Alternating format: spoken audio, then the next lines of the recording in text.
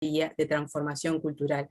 Bienvenida, Riane Eisler, gracias por su legado y gracias por estar con nosotros y sobre todo porque su legado nos va a seguir iluminando a muchas más generaciones por delante. Adelante, muchas gracias. Gracias. Thank you, Denma. As you know, our topic is Foundations for Partnership Public Policies. But first, I would like to start on a personal note, because as those of you familiar with my work know, I have a great deal of passion for positive policy and social change.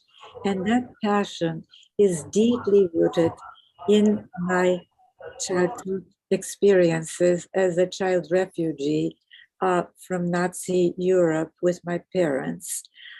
Which in terms of the new conceptual framework that I've introduced was a massive regression to a rigid domination system.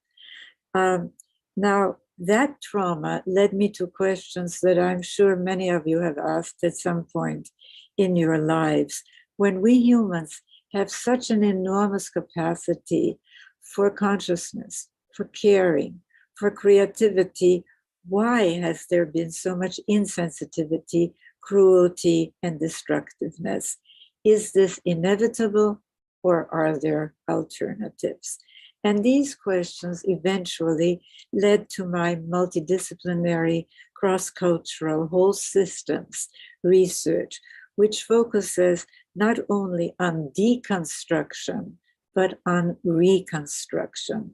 And specifically, it focuses on identifying the core components of societies that support our positive human capacities and on how we can build these kinds of societies. Now, my whole systems approach, and could you switch, please? Oh, I see, they're all there. Okay, we're going to go to la escala social de dominación y colaboración. All right. So my whole new systems approach identified two social configurations. And these are configurations that go beyond conventional social categories that we're all used to, like right, left, religious, secular, Eastern, Western, and so forth. The domination social configuration and the partnership social configuration. And what this lens, this new lens of the partnership domination social scale reveals is the relationship between our intimate childhood and gender relations on the one hand, and politics and economics on the other, and of course, education, media, etc.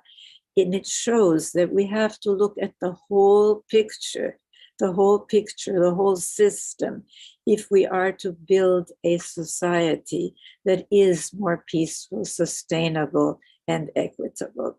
Now, for example, using this new lens, we can see that the progressive social movements of modern times have all challenged the same thing, a tradition of domination. The Enlightenment in the 17th century challenged the so-called divine right of kings to rule over their subjects. The feminist movement challenged the, again, so-called divinely ordained right of men to rule over women and children. The abolitionist, civil rights, Black rights movement, Black Rights Matter movements challenge the, again, so-called divinely ordained right of a, quote, superior race to rule over, quote, inferior ones, all the way to the environmental movement, challenging our once idealized conquest and domination of nature.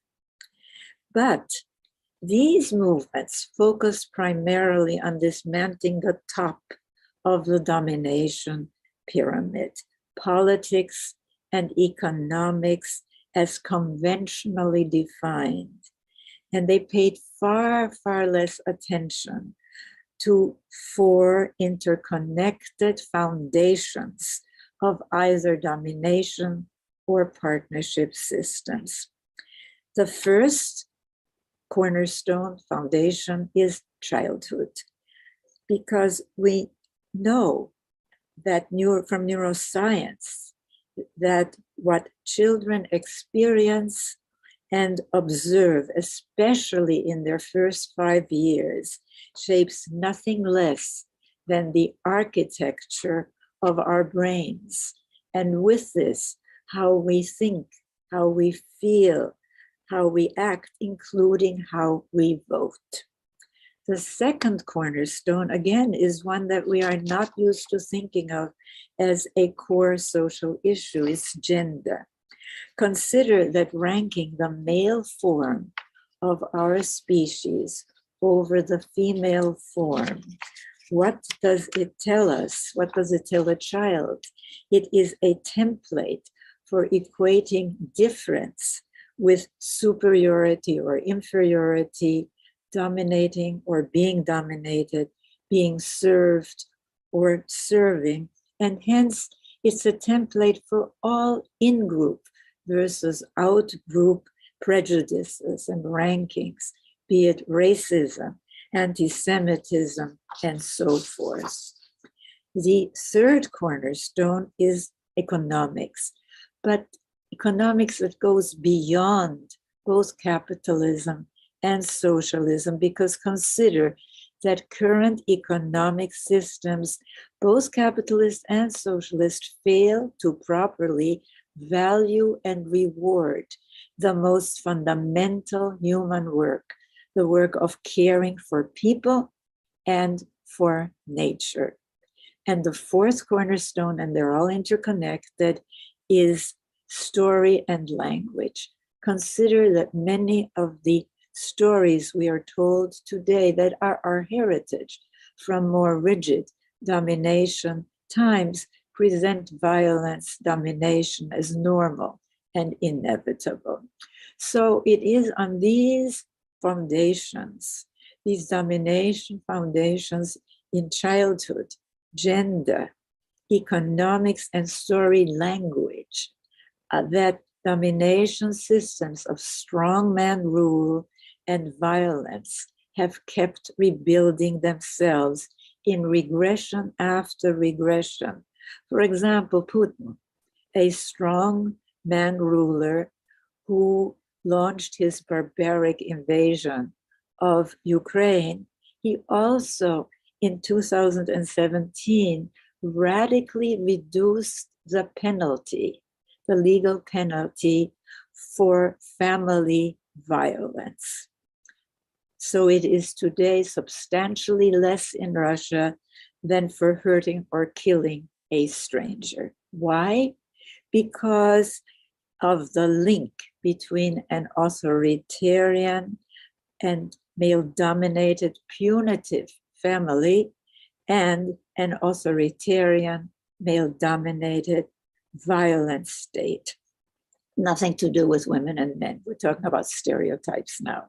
And this connection is also visible through the partnership domination biocultural lens in other contemporary regressions to domination, whether Nazi Germany, I was born into that massive regression, which is a Western secular society, religious societies like the Taliban, ISIS, Khomeini's Iran, Eastern societies. In all of these, think about it, the subordination of women in a male-dominated punitive family is a top priority. There's a reason for this. Now, progressive public policy, education, and media must also recognize and also educate others to recognize this connection if we are to build the foundations for a better world. We must educate people to move to a caring economics of partnerism, where the so-called women's work of caring for people starting at birth and the work of caring for our natural life support systems is truly valued and properly rewarded. And for this, we need new metrics, new measures that show this value instead of the current GNP, GDP, which include as productive activities, actually activities that harm and even take life. For example, selling cigarettes and the resulting medical costs, resulting funeral costs, they all make GDP go up. And a stand of trees, which we need to breathe, it's only included in GDP and GNP if it's dead, if it's a log. So at the Center for Partnership Systems, we are developing this metric, the Social Wealth Index, so that policymakers in both business, in government, in education, in media, have the information they need to accelerate the shift from domination to partnership systems. And the good news is that we have models of partnership-oriented societies, because we know today from archaeology, from mythology, from DNA studies even, that for millennia, we humans lived in societies that orient more to domination, to partnership than to domination. And this evidence is detailed in my books, especially in The Chalice and the Blade.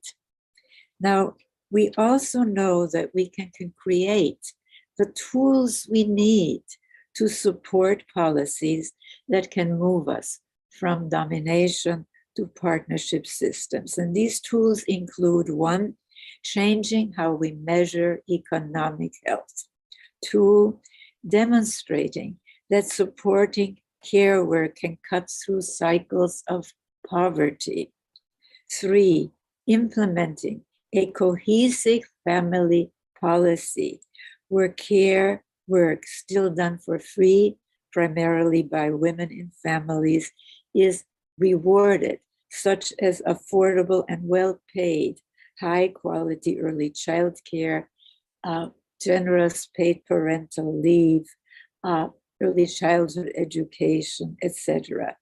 4, sharing evidence that investing in caring for people and nature is good for business and society.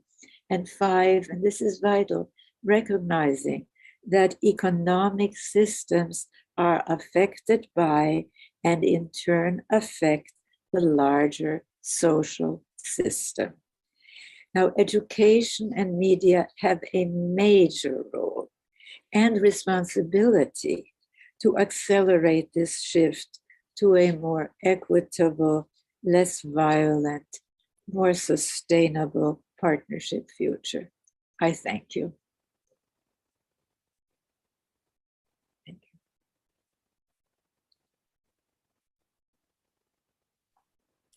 Gracias, profesora Eisler, por sus palabras, por su precisión.